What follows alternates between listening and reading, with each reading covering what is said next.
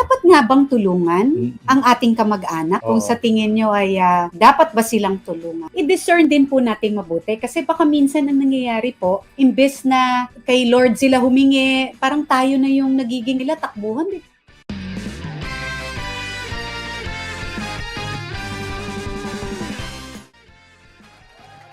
Love, andyan na sila. Ay, oo nga, no? Nag-iisip ako kaya ako nakaganon kanina pa eh. Binabati po namin kayong lahat. Welcome po ulit sa ating episode. I am Coach Mary Ann. And this is Chico. Bago yan, huwag niyo pong kalimutan to like, subscribe, and then share ang ating mga social media accounts. At nandyan naman po yan at makikita ninyong lahat.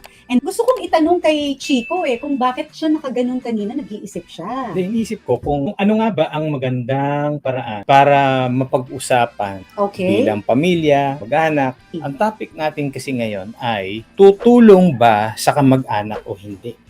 Pag-usapan natin bilang mag-asawa. Pwedeng pinsan, pwedeng hindi lang kapatid, in-law. So dapat himay-himayin din po natin yan. Ngayon, para mabigyan din tayo ng wisdom, dapat tumulong tayo sa ating mga kamag-anak, pero may tinatawag din po na parameters or boundaries, especially sa mag-asawa, bago tayo tumulong. So pag-usapan po natin ngayon, dapat nga bang tulungan ang ating kamag-anak? Mag-comment nga din po kayo. Tama. Kung sa tingin nyo ay dapat ba silang tulungan. Pwede nating i-consider, yung number one po ay, kaya po ba nating tumulong? Kaya ba, lalo na sa estado natin ngayon? Because, of course, life is not always the same. Ang marriage, sinasabi nila, love, no? Sometimes you are financially drained for whatever reason, or maybe sasacrifice yung budget ninyong mag-asawa, pinaghahandaan, pangkain, pangtubig, atin pong normal na mga bayarin na tinatawag. Wag nating isa-sacrifice din yon. Kasi nga, nakalaan na yun eh. Ano ba yung pangpagkain? Katulad sabi, bills, di ba? May mga bills tayo na binabayaran. Pamasahe, panggasolina, edukasyon. Di ba? Tama.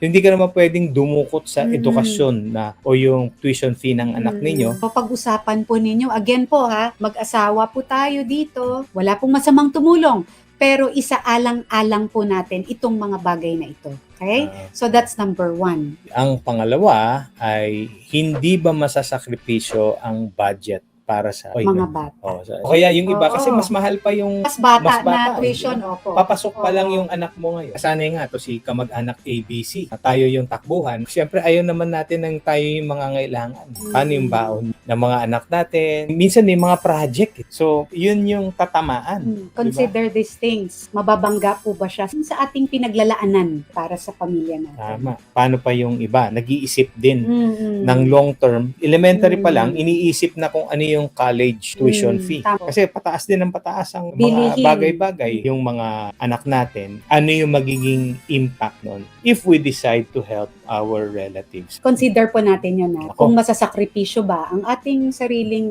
budget o yung kaban natin kung mag-decide po tayong mag-asawa to help a relative who is in need. So, number 3, ito yung mga i-consider po natin when we help a relative who is in need. Kapag tinulungan nyo ba ang relatives nyo, ano ang magiging impact nito sa relationship ninyo as a whole? Meaning yung clan, yung feel mo ba na tutulungan po talaga tayo bilang magkakamag-anak, na give and take ang relasyon po na ito, na hindi lang po tayo ang tumutulong sa kanila kapag nangangailangan, kundi tinutulungan rin po ba sila ng ibang kamag-anakan sa kanilang pangangailangan? Do you feel abuse? Savior nila palagi na basta kung anong kailangan nila, takbuhan mo lang yan sila kasi sila ang may kaya. Kumbaga, barya-barya lang yan hinihingi natin sa kanila. Nako, yung sobrang comfortable yung kamag-anak sa pagsabi ng gano'n. Parang they benefit that na monthly na ina-enjoy nila. Something like that. Hindi lang kasi yung mismong kamag-anak na tinutulungan. Paano nga kung isang barangay tayo magkakamag-anak? What if yung kamag-anak naman, alam niyo po yung hiyang-hiya naman na sila sa inyo dahil lagi na lamang silang humihingi ng tulong. May ganun din po, hindi ba? Ang importante nga po dito, yung joy na pag tumutulong po tayo talaga ay bukal sa ating kalooban at ito ay sinabi nga ng Panginoon na i-extend natin lalo na sa ating relative. Sa kabila naman, yung natutulungan ay maging grateful. Whether isoli mo yan o hindi, sa akin, wala yun.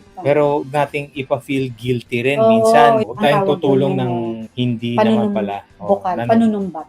So Wow. tuloy tayo. Ito, maganda po yung point number 4. Nandito po tayo sa topic natin, ha? Kailangan bang tumulong sa kamag-anak o hindi? Yung pagtulong po ba natin, cash gift or loan, pinapahiram po ba natin ito sa ating kamag-anak? Kasi mahirap po, no? Lalo na kung let's say kaninong poder, kunyari sa poder ni husband Oo. or sa poder ni wife, minsan nagiging source of disagreement pag-usapan para hindi nga sila yung maburden din na mahiya or more so kabaliktaran yung humingi naman ng humingi. Minsan, ang kailangan nila ay pagkain. Pagkain. Grocery. Minsan, emergency lang. Wala talaga makain eh. Kayo naman, bilang mag-asawa, pag-uusapan nyo nga, dadasal nyo rin, mas maganda para sa inyo. Ibili nyo na rin ba ng grocery? Okay. O kaya, minsan, hawakan yung Ay, certificate. mga na pwedeng pangbayad. No? Not for anything else. Nako-control din natin yon. Also, hindi siya dahil wala kang tiwala. Kanya-kanya tayong accountability. Oo. Doon sa nangihiram, hindi naman pwedeng ganun din. Kung ano yung sinabi mong amount, ibig sabihin, Ang para doon kailangan talaga mo. yun. Oo. We can also help them. Pwede natin sila encourage, ipagdasal na niwalaan natin, this is just temporary, and let's believe God na siya mag-provide, let's say, ng trabaho sa'yo. Yan din ng Panginoon ng tamang gabay. He will provide everything that we need. This is just a season, but continue lang na magdasal tayo. Tama. So yan, nasa last na rin po tayo.